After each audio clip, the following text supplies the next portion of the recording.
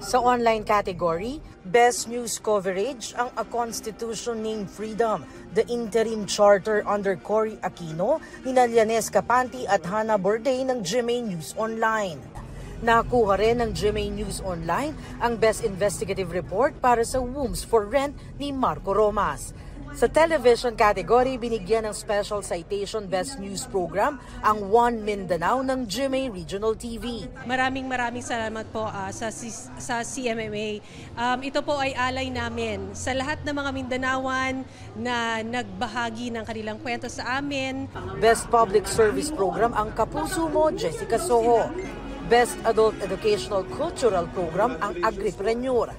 Ang The Voice Generations bilang Best Entertainment Program. Best Drama Series ang Lilet Matias at Attorney at Law. At Special Citation para sa Best Drama Series Program category ang Magpakailanman. Sa radio category, Best Business News ang DZBB Super Serbisyo, Trabaho at Negosyo ng Super Radio DZBB 594. Ang ganito pong klase ng parangal ang mas higit na nagpapalakas sa amin para magampanan po namin yung aming tungkulin na pagbibigay ng serbisyo totoo.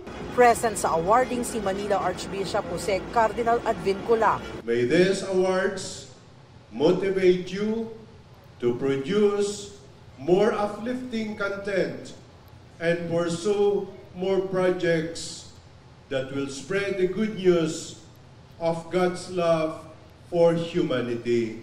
Para sa GMA Integrated News, Jamie Santos ang inyong saksi. Mga kapuso, maging una sa saksi. Mag-subscribe sa GMA Integrated News sa YouTube para sa iba't ibang balita.